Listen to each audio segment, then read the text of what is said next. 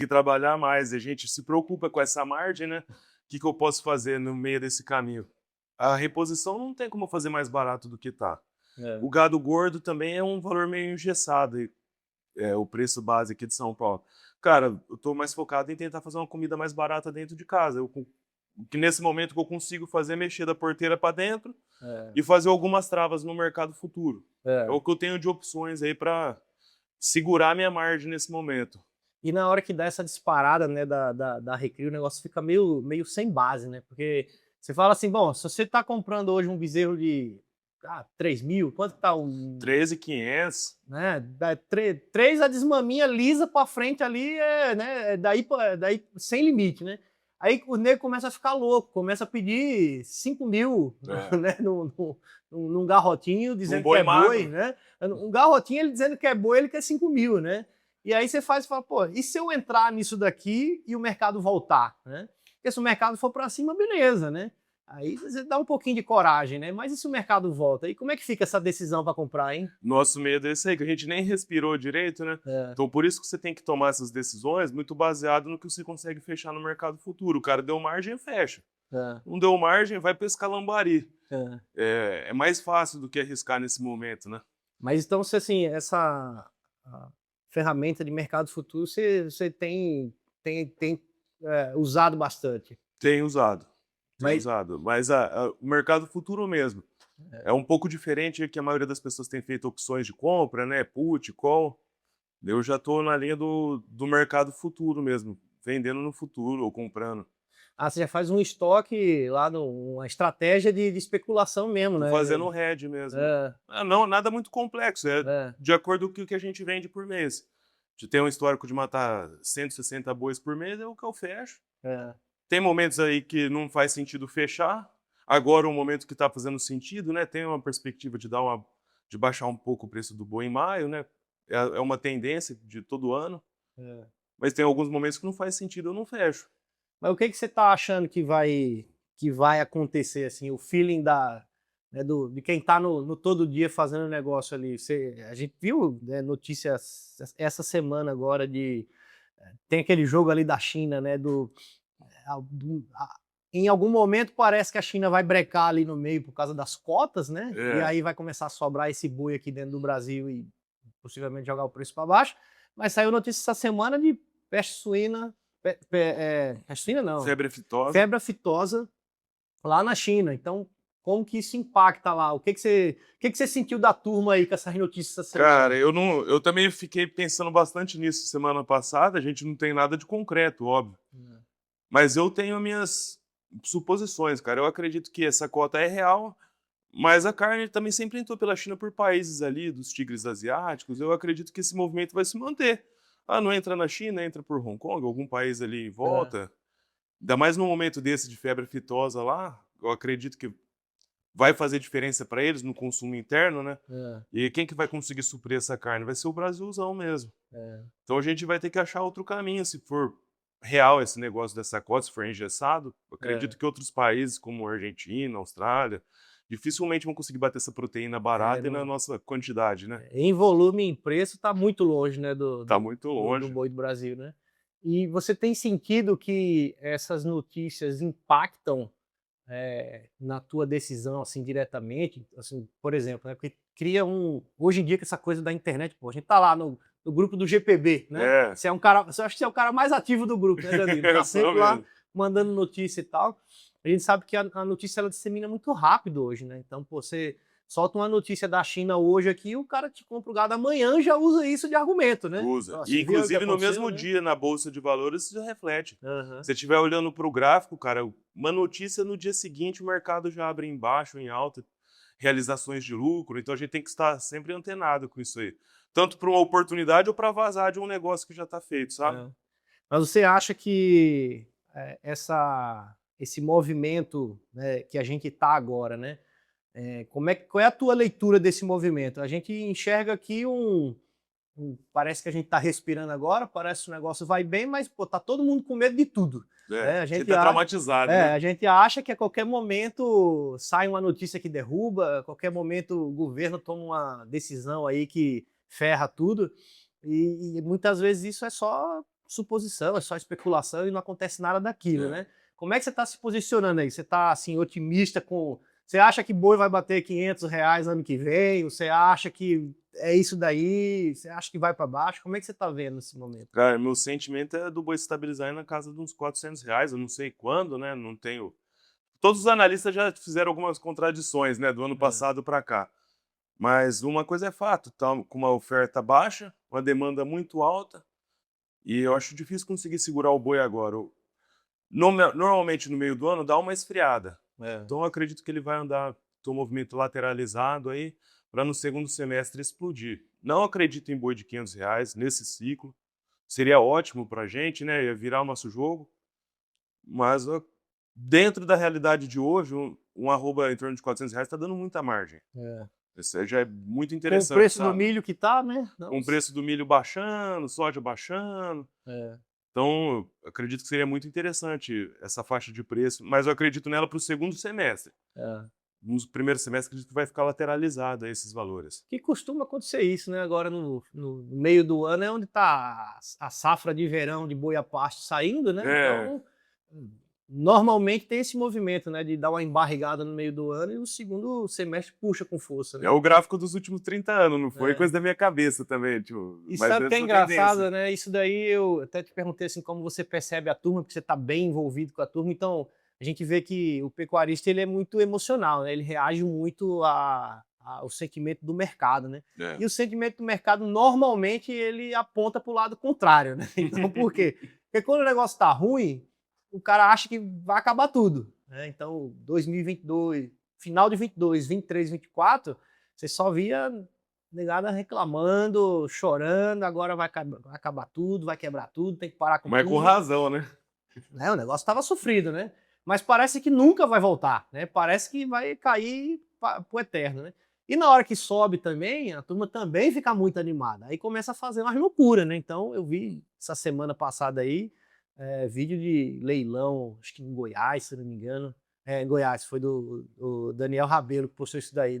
Vaca parida 10 conto no leilão. Nossa Você senhora. fala, essa conta fecha, cara, né? Complicado, né? Como é que você faz uma conta dessa fechar? Então, assim, é o cara que tá apostando que o ciclo tá para cima, né? Que ele faz uma conta de um bezerro a 4 mil, uma vaca a 6 dá 10. Em 2 bezerros valendo, ele né? pagou a vaca e sobrou dinheiro. Não Então, conta os custos operacionais, empregados. sim, aí a conta do boiadeiro, a maioria da turma, ele só vê o preço que ele paga no animal e o preço que ele vai vender, né? O resto é pequena a conta, né? Mas, assim, você é um cara mais novo, que entende de mercado, que tá ali com função de mercado futuro, fazendo trava, acompanhando número gráfico, você tem uma visão. Nem todo mundo acompanha essa visão. Aí um exemplo, por exemplo, né, dentro de casa, você se alinha bem com seu pai nesse assunto de mercado, ou seu pai é mais da turma tradicional que só vê o que o frigorífico está pagando hoje? Cara, o que acontece? Igual eu fiz com aquela nossa turminha do GPB, de balizar o conhecimento, de arrumar algum jeito das pessoas conhecerem mais sobre o mercado, eu fiz lá em casa, sabe? Já passamos por 2 consultorias, tivemos todo tipo de treinamento voltado para o mercado futuro. Cara, meu pai tem esse conhecimento e tem um conhecimento sólido, que a gente passou por isso junto, sabe? Mas algumas vezes a gente discorda, assim. Eu sou muito baseado no gráfico, meu movimento, eu fico olhando as imagens, né? E meu pai é mais fundamentalista. Ele já tem esse sentimento do boiadeiro, pensa mais na oferta e demanda, enquanto eu estou pensando naquela imagem. Então, muitas vezes a gente discorda e toma decisões contrárias. Tem hora que eu ganho, tem hora que o velho ganha. Mas pro gado dele, a decisão final sempre é dele. Eu faço minhas recomendações baseadas no que eu tô vendo, no que os analistas estão me falando. Mas eu tenho algumas vezes que a convicção do boiadeiro também ganha o jogo, sabe? Assim, eu também, né, tenho, né, tanto nos projetos que a gente atende aqui, quanto também na vida particular, esse choque de gerações, né? Que a gente tem o cara mais velho, mais conservador, nem sempre o mais velho é mais conservador, mas na maioria das vezes é isso, né? Mais tradicionalista ali, que ele vê mais o hoje, né? Então ele fala assim, cara, todos esses gráficos, tudo conversa. Isso aí, se o cara acertasse isso aí que eles estão falando, ele estava tudo milionário só fazendo isso. Né? Então isso aí não vira nada, ninguém sabe o que vai acontecer amanhã. Então eles olham muito ali o curto prazo, vê o que assim, é o sentimento do que o frigorífico está comprando. Você fala com o comprador de um, fala com o comprador do outro, a procura da turma que está buscando gado para confinamento. Então o termômetro dele é mais voltado para hoje e para a próxima semana. Você falou tudo. A adesão do meu pai é muito mais baseada nisso, nos stakeholders dele, o que eles estão pensando, do que no gráfico. E, né, como estou buscando a proteção ali na bolsa, eu costumo fazer essa interpretação da análise e tal, da imagem. E a gente discorda nisso, mas tem dado certo, cara. Tem dado certo. Porque, sim, só que quando eu erro, isso vira exemplo também para 10 vezes que eu tô errado. Eu te avisei. E aí, quando ele acerta, eu tenho que ouvir isso uns 2 meses. Quando ele acerta, quando você erra, você errou. Quando ele erra, você acertou. O foco fica em você. Mas o meu pai, cara, ele não é muito tradicionalista, ele é um cara até bem pra frentão, sabe? Até por isso que a gente consegue trabalhar bem junto, que eu consigo implementar coisas novas dentro da fazenda. Tipo, e quando fala de ciclo pecuário, ele acredita nessa teoria ou ele também acha que não é bem assim? Não, concorda com o ciclo pecuário, a gente conversa bastante sobre isso aí, vai muito em palestra e tal. Só que a gente está vendo que o ciclo pecuário está mudando, né? Estamos tentando entender o ciclo pecuário, porque cada vez ele vem reduzindo essa curva dele. Antigamente, quando eu estudava, estava na faculdade, o ciclo pecuário era de 6 em 6 anos, depois foi para 4 em 4 anos. E cada vez tem sido mais intensificada a pecuária, o ciclo tem diminuído, os fatores têm mudado, e a gente está tentando entender. E agora? É cíclico ainda? Cada quantos anos? Como que a gente vai se preparar para a baixa? A gente sabe que está na alta. Como que a gente vai se preparar para a próxima baixa, para não acontecer o que aconteceu com todo mundo na última safra? Sim. Então, essas preocupações que têm ficado na nossa cabeça, a gente tem tentado interpretar. Mas sim, ele acredita no ciclo pecuário, na intensificação. Que eu tenho uns amigos mais velhos aí que toda notícia que sai, ele posta lá e bota, cadê o ciclo pecuário? Rapaz, o pior é que você tá certo, você tá vendo que não... assim, tem a teoria, né, e os fundamentos do porquê que a gente acha que boi vai subir, porquê que acha que boi vai cair, porquê que bezerro puxa o preço do boi magro, puxa o preço do boi gordo, puxa o preço da vaca lá na frente, né, essa dinâmica toda que a gente vive discutindo aqui, né, entre nós, aqui, entre os amigos, entre os projetos com os clientes, mas ainda assim, quando sai algo que está fora do controle, né, então, uma notícia na China que muda tudo, o cara fala, tá vendo, vocês falaram que boi ia subir, que boi agora ia para R$400, o boi está aí nessa mesma situação. Pois é, se fosse tão fácil assim a gente acertar, todo mundo jogava na Mega Sena sabendo o número e ganhava, ficava, né, milionário, né? Essa equação tem muita variável, né, cara? A gente não é capaz de prever isso aí. E eu lembro também até anos atrás, assim, estudando o assunto de bolsa de valores, né, ativos e tal, que aí o cara fala assim, cara, não é acertar o que vai subir ou vai descer, é ter a estratégia para quando apontar que vai acontecer alguma coisa, você está preparado para aquilo, né? Ter uma ferramenta de, não, eu estou vendo que eu tenho uma posição aqui de mercado futuro que já me dá margem, fecha e acabou, não vou ficar, eu acho que vai subir, então eu vou esperar subir, que aí pode ser que caia, né? E aí ferrou, né? É o cara que comprou o boi magro, gastou com milho, mão de obra e tudo mais, e confiar em posição, sabendo que tem posição de mercado futuro já dando resultado, né? É verdade. E tem outra também, e nunca pensei em acertar o olho da mosca. Se acertar a mosca, já tá satisfeito, pô. Quem fala que acerta todas no olho da mosca é difícil. Mas, cara, você estando ligado nas tendências, né?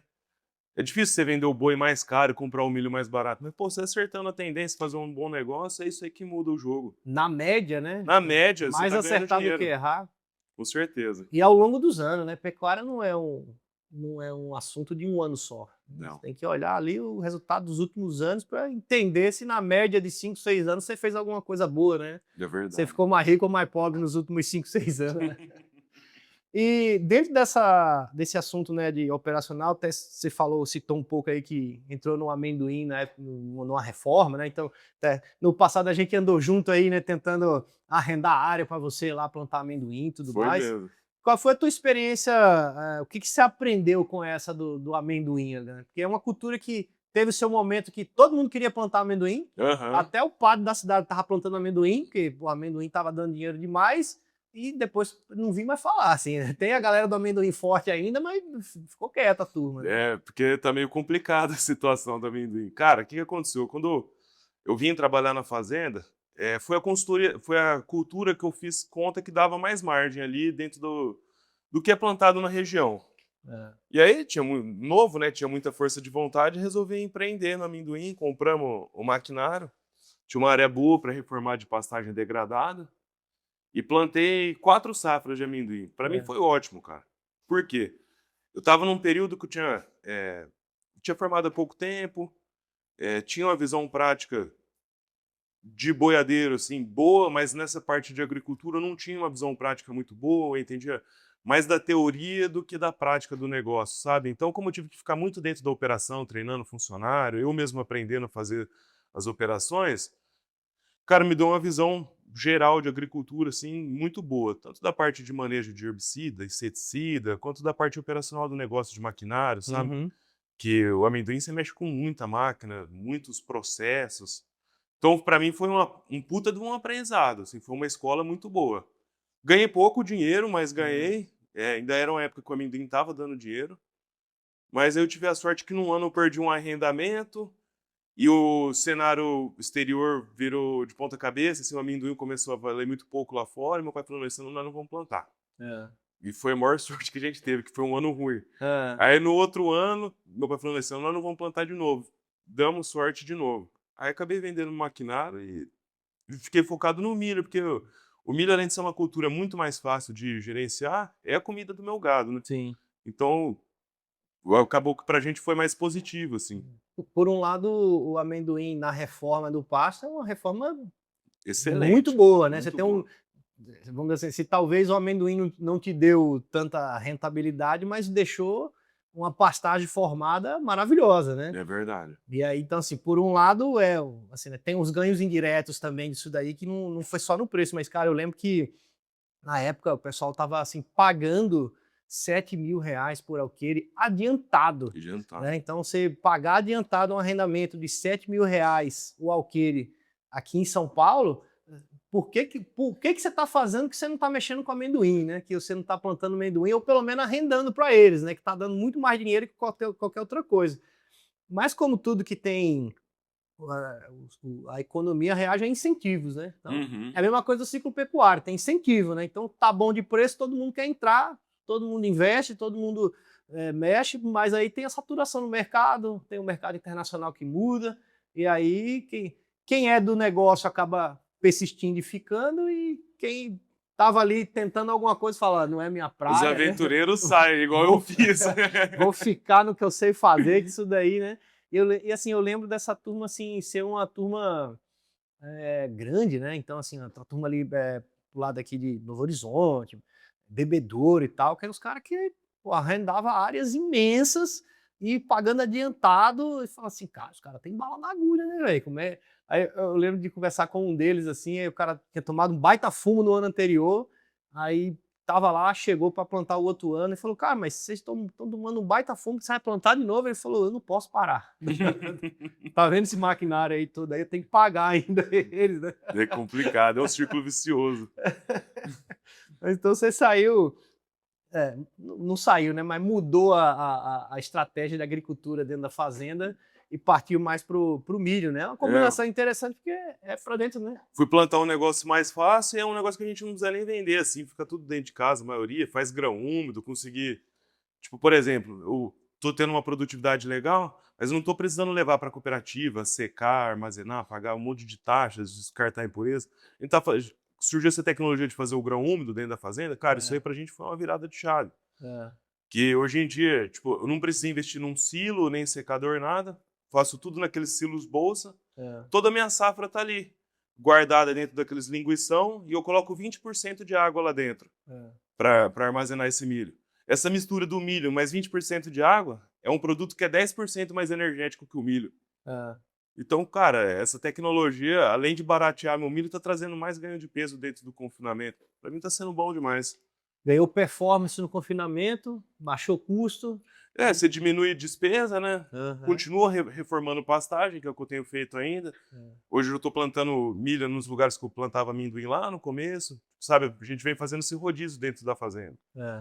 E é muito legal, cada hora tá fazenda mais agricultável, com solo mais corrigido. A gente vê que a turma que tá ali na engorda do gado, ele cada vez mais ele tem que evoluir em produzir a própria comida, né? Senão é difícil demais a conta fechar, né? A margem já é pequena, você ganha no giro, né? Você ganha pela quantidade de cabeça a mais que você consegue colocar na mesma área com uma margem menor. O lucro vai ser definido pelo giro. Então tudo que você fizer ali dentro de casa para baratear o custo é dali que vai saindo o resultado, né? A gente já está no ajuste fino, né? Do manejo de pastagem, do aproveitamento de capim. Então já estamos conseguindo intensificar bastante a parte da nutrição, né? Hoje a gente está preocupado em como conseguir aproveitar essa área para ter mais retorno por hectare. Então estamos bem focados nessa parte de manejo de pastagem, de correção de solo, para cada vez ser mais produtivo e fazer comida, porque a arroba produzida na pastagem é muito mais barata que a produzida no confinamento. Então tá ali nesse processo de recria que tá a nossa vantagem, sabe, do nosso negócio. Esse pedaço de vídeo que você acabou de assistir é um corte do podcast Fazendas Infinitas. Se você ainda não conhecia, considere começar a nos seguir, se inscrever no canal, deixa o like no vídeo e não perca os próximos episódios do Fazendas Infinitas.